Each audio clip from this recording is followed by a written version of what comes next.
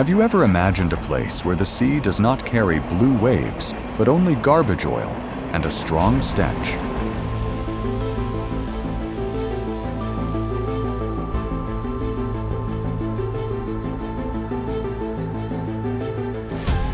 A place where there is no boundary between sewage and seawater, between household waste and daily food. Welcome to the slums of Manila's harbor, where people don't live by the sea, but in it. Here, every step is a struggle against pollution, poverty, and the indifference of the outside world. But behind the rickety tin roofs and the black water, there are still strange things.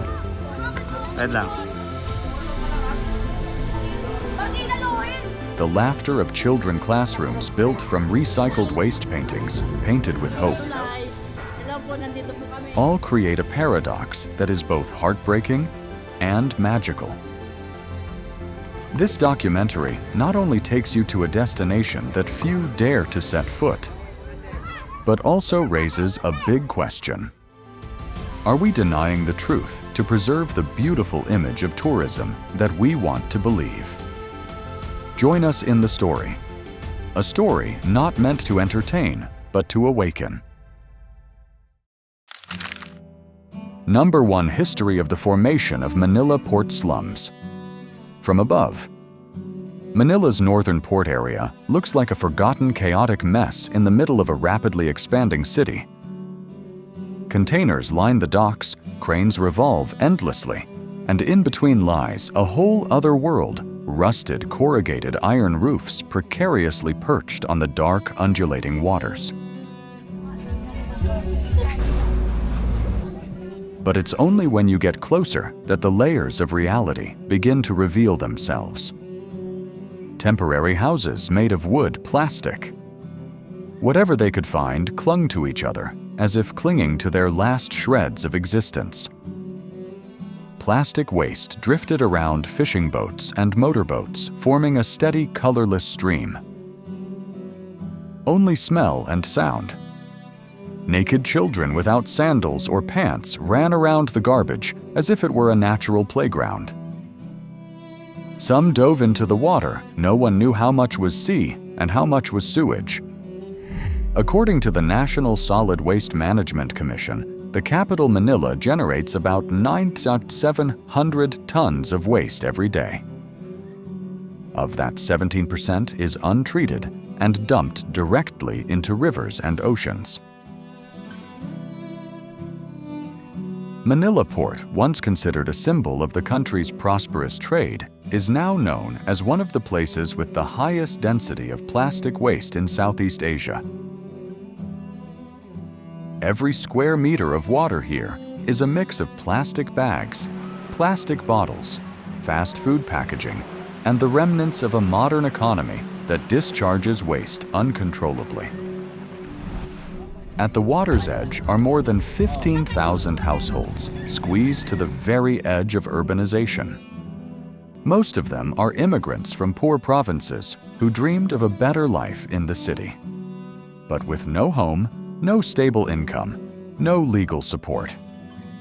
They are pushed into places no one wants to live and forced to call it home. According to a 2022 UN Habitat survey, up to 70% of children in Manila's coastal slums do not finish primary school, not because they do not want to go to school, but because there is no school to go to, or simply because they do not have money to buy notebooks and uniforms.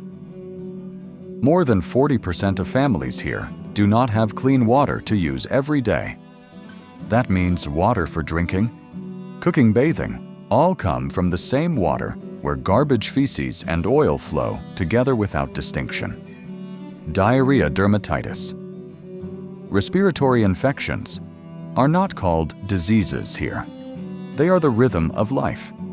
They are things that a 3-year-old child has learned to endure, and adults no longer feel important enough to complain about. Diseases here are like the scorching sun or the big waves. Unavoidable, only get used to. You won't find this place in any tourist brochure. No tour company will take you to the Baseco waterfront or Isla Puting Bato for a local experience. Instead, tours are cleverly designed to avoid the area altogether, as if it doesn't exist if it's not mentioned. The local government is no better. For years, they've just called it a problem that needs time to solve. Time as a way to indefinitely postpone responsibility. And what about the majority of society they turn away? Not because they don't know, but because they know too much. Knowing that if they look this truth in the face, they will not be able to continue living peacefully as before. But this is not a story of pure despair. In the darkest places, people are building fires, raising children, and rebuilding homes after storms. They do not sit around waiting for someone to save them. Not everyone has a voice, but no one is silent. They try to live in order with dignity in an environment that seems unworthy of human dignity. Number 2, life in a toxic environment and the public services crisis. On the edge of a busy container road, just a few minutes' drive from downtown, there is a place that is not on any development map of Manila. The shantytowns stand close to the water, nameless with no official address, not mentioned in any planning meeting in decades. They appear as if Manila has deliberately forgotten they exist, even though everyone knows they are there. In the late 1980s, as rural migrants poured into the city, informal settlements began to spring up around the port. The arrivals had no land, no stable jobs, no rental rights they built. Makeshift homes on mudflats, garbage dumps, or any unoccupied space. Gradually, the makeshift settlements became residential communities. By 2024, according to estimates from the Partnership of the Philippine Urban Poor, more than 257,000 people were living in Manila's coastal slums. A number worth stopping for 257,000 people, the equivalent of the population of a medium-sized city, live without legal rights to their own homes. Each house here is rarely larger than 15 square meters. The materials are whatever can be found: rotten wood, rusty corrugated iron, old plastic, and even torn cement bags. In that small space, 5 to 8 people live, eat, sleep, and cook together. There is no stable electricity, no clean water, no sewerage or waste treatment system. Just imagine washing your face with water scooped from the sea, where 17% of the capital's waste is dumped every day, according to the National Waste Management Commission. A 2021 study by the Philippine Environmental Management Agency found that E. coli levels in Manila's coastal waters were 100 times higher than the safe level for exposure. Yet this is where people wash their clothes, bathe, defecate, and even find food. There is no other choice. Styrofoam boxes are turned into boats. Garbage bags are hauled up to be sorted. Plastic bottles, aluminum cans in exchange for a few coins, enough to buy rice, fish sauce, and salt. The school system virtually non-existent. Children drop out of school early. A survey by Save the Children Philippines in late 2023 found that 64% of 7 to 12-year-olds in coastal areas cannot read. Many have never been registered in any citizen's records. No birth certificate means no access to public school, no access to health care, no ability to register for exams, no future. When the rainy season comes, makeshift homes become breeding grounds for disease. Dengue fever, pneumonia, and diarrhea are rampant. Children are the first victims. A study by the University of the Philippines, published in early 2024, found that the mortality rate for children under 5 in coastal slums is 4 times higher than that of children living in urban districts with adequate healthcare systems. But perhaps what makes people choke up is not the numbers, but the truth these communities almost do not exist in the eyes of the government. They have no household registration, no administrative area code. They have no right to receive medical benefits, no relief rations in natural disasters, no right to sue when forced to relocate. People living in the capital of the country, but living as people not recognized by the state. So what has led to this situation? It cannot be summed up in one word: poverty. In fact, it is the result of a long chain of failures in land management, in budget allocation, in population control, and most importantly, failures in social equity. When urban policies are written for only those who can afford them, everyone else is pushed to the margins, literally. Tourists to Manila are still introduced to a vibrant city with deep blue beaches, ancient Spanish architecture, and delicious street food. But they won't see the dilapidated roofs hidden behind the harbor, the skinny children scavenging for trash in the hot sun, or the mothers washing clothes in water that smells sickening. Number 3. Local community recovery efforts. Though absent from official maps, Manila's port slums have not been completely forgotten. While the public administration remains slow and chaotic, the people living in the midst of the crisis have found ways to organize themselves, creating bright spots in the garbage-choked black waters. One of the most visible changes has been the growing presence of non-governmental organizations, NGOs. According to statistics from the Coalition of Urban Poor, by the end of 2023, there were more than 45 social organizations operating regularly in the slums around Manila Bay, focusing on education, community health, environmental sanitation, and legal assistance. Under hot tin roofs, makeshift classrooms are opened every week using old desks and chairs, donated textbooks, and volunteers who are students or retired teachers. Save the Children reports that after 6 months of implementing the Learning Under the Roof program in 3 coastal slums, the literacy rate among 8 to 11-year-olds increased from 28% to 63%. Community sanitation initiatives have also had a positive impact. The Clean Shores, Clean Lives project, led by Plastic Free Philippines, has trained more than 200 locals as on-site recyclables sorters. The program has collected more than 110 tons of plastic waste in 18 months while creating a small recycling supply chain that has helped hundreds of households earn extra income. Notably, a phenomenon called spontaneous micro-entrepreneurship is gradually developing.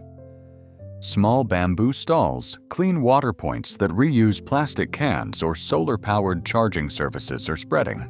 According to a survey by the Urban Livelihood Network, 38% of coastal slum households have at least one member participating in a small business, contributing to stabilizing income and reducing dependence on aid. While there are glimmers of light, they remain suffocatingly fragile. Most of the community initiatives you've seen, from recycling classes to trash sorting stations to murals of hope, are surviving on temporary grants. An internal report from the Manila Relief Fund bluntly warned that without additional funding, 60% of programs in coastal slums would cease operations within the next 12 months. What happens when the classrooms are demolished, when the garbage sorting jobs are no longer paid, when the entire community loses its only support? Who will continue to teach the children whose names have never been called in the class book? Who will continue to collect garbage when they themselves are struggling to make a living? The people here never asked to be saved. They didn't wait for someone to come and change their lives overnight. What they needed was opportunity, the chance to be seen as part of the city they helped run, the chance to live as human beings with the bare minimum clean water, safe housing, and a voice that mattered. Yet it is these seemingly small actions that are helping to redraw the image of Manila, not just as a city in crisis, but also as a place where resilience is born from garbage, dirty water, and poverty. Number 4. Natural disasters and budget cuts make everything collapse again. In August 2024, in just 36 hours, a torrential downpour and an unusual tidal surge submerged more than 70% of Manila's portside slums in dirty water. Layers of uncollected trash were pushed back into homes, spilling onto beds, rice cookers, and even common areas. According to the Philippine Atmospheric, Geophysical, and Astronomical Services Administration, Pagasa sea levels in Manila Bay are rising an average of 0.4 centimeters per year higher than the global average. This puts coastal communities at risk of more frequent and unpredictable, prolonged flooding. The immediate impact went beyond the loss of property. After the flooding, the Department of Health (DOH) reported a doubling of hospitalizations for diarrhea, dermatitis, and respiratory infections within 3 weeks.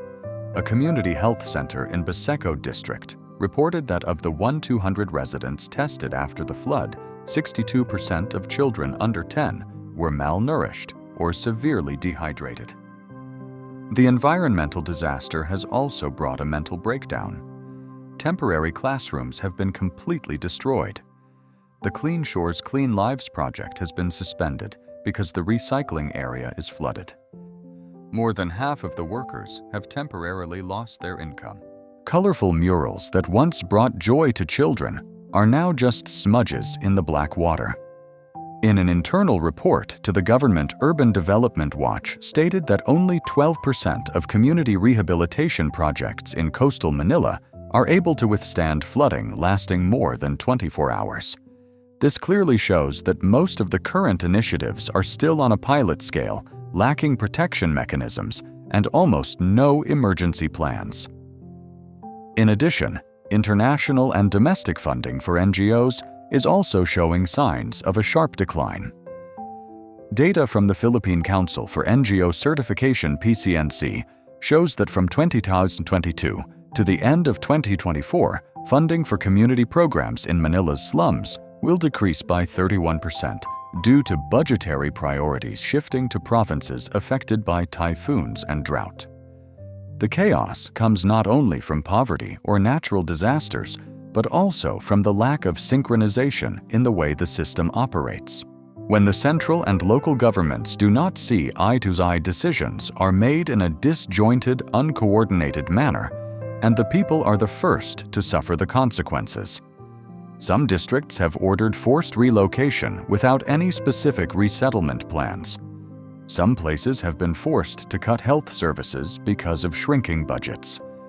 So where do people go? What can they choose when there is floodwater on one side, forced eviction orders on the other, and a void with no answers in between?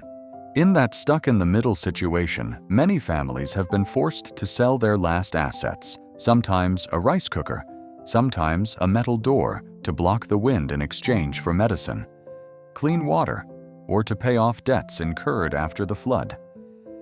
A study by the Asian Development Bank (ADB) shows that up to 53% of households in coastal Manila are caught in a cycle of recurring debt, taking out short-term loans to pay off old debts, then taking out new ones just to survive. Have you ever known someone who had to sell their roof just to buy cold medicine for their child? For them, this is not an uncommon tragedy. It is a reality that repeats itself every rainy season. A prolonged rainstorm can not only destroy a roof, but also wipe out a future. When your home is unsafe, when your school is flooded, when your job is lost because of the weather, the light, no matter how small, can easily be extinguished. Put yourself in that situation. Will you choose to continue to hope? Number 5. The silent rise. With all doors to aid closed and the government yet to come up with any concrete response plan, the community in the Manila Port Slum began to do what few would have thought possible: organize themselves to survive on their own terms. In October 2024, more than 300 households in the Baseco area came together to form a community response team, a completely spontaneous model. They assigned each group to be in charge of collecting trash-sharing clean water, repairing houses after flooding, and keeping watch at night.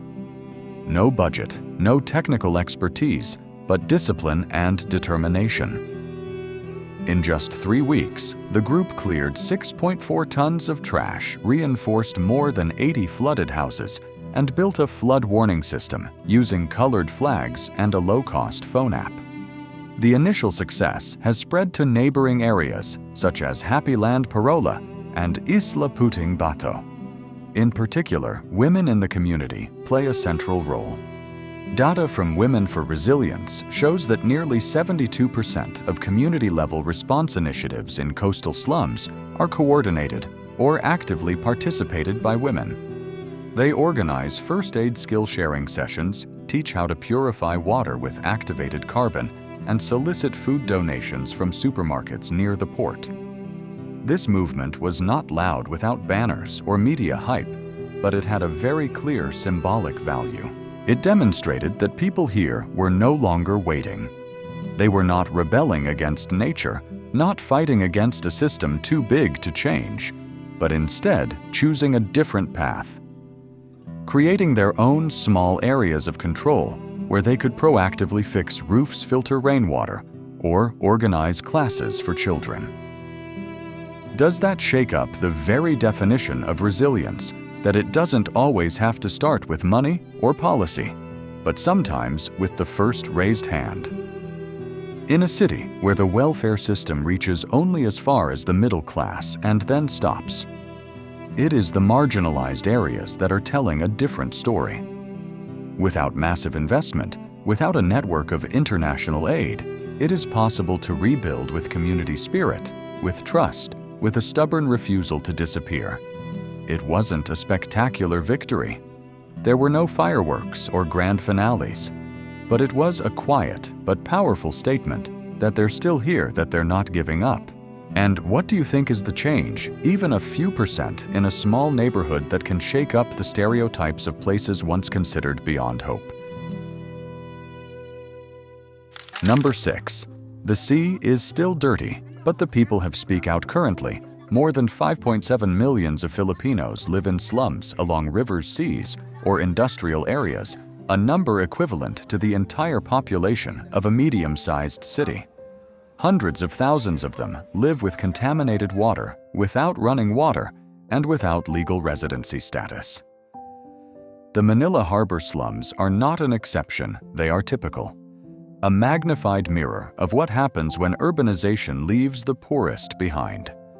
But what is happening here is also proof that even in conditions of abandonment, forgotten communities can rise up and create hope with their own hands.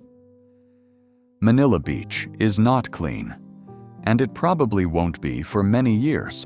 But what has changed and is changing is the way people look at themselves, at each other, and dare to demand the right to live not through pity, but through justice and real action. Thank you for joining NVL Travel Documentary on our journey to explore the hidden corners of Manila. Hopefully, the images and stories above will not only bring knowledge, but also touch your deepest emotions about the environment, about people, and about our own social responsibility. If you find this content valuable, don't forget to like, subscribe to the channel, and turn on the notification bell so you don't miss the next journeys, where each frame is a piece of truth and each story is a voice that needs to be heard. See you in the next episode, where we continue telling stories that travel maps never mention. Goodbye, and thanks for listening.